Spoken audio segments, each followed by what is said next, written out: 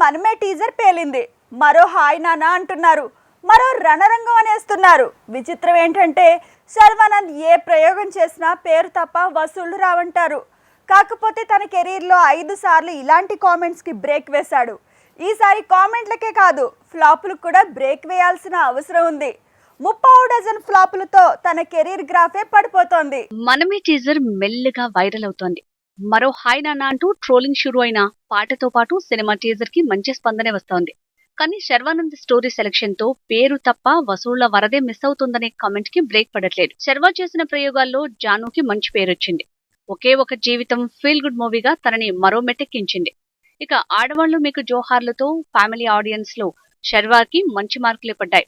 ఇటొచ్చి ఇవేవి కమర్షియల్ గా కాసుల వర్షం కురిపించలేకపోవటం వల్లే శర్వా సాలిడ్ హిట్ కోసం ఎదురు చూడాల్సి వస్తోంది. నిజానికి తన తోటి స్టార్స్ 10 కోట్ల నుంచి 100 కోట్ల వసూళ్ల వరకు రాబట్టే సినిమాలతో ఇమేజ్ ని, మార్కెట్ లో మైలేజ్ ని పెంచుకుంటున్నారు. ఒకానొక దశలో శర్వాకి కూడా కమర్షియల్ గా అలానే సక్సెస్ ని కూడా చేశాడు. కానీ అదే కంటిన్యూ చేయటంలో మాత్రం ఫెయిల్ అవుతున్నాడు. రన్ రాజా రన్ తర్వాత ఎక్స్ప్రెస్ రాజా లాంటి హిట్ పడటానికి 2 ఏళ్లు వెయిట్ చేసిన Sharwa present back to back ఫ్లాప్లతో ఢీలా పడ్డాడు.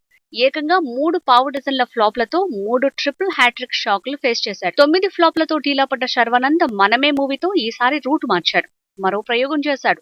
కాకపోతే తను ఏ ప్రయోగానికి చేయని విధంగా కమర్షియల్ రూట్ లో ఈ సినిమాను ప్రమోట్ చేస్తున్నాడు.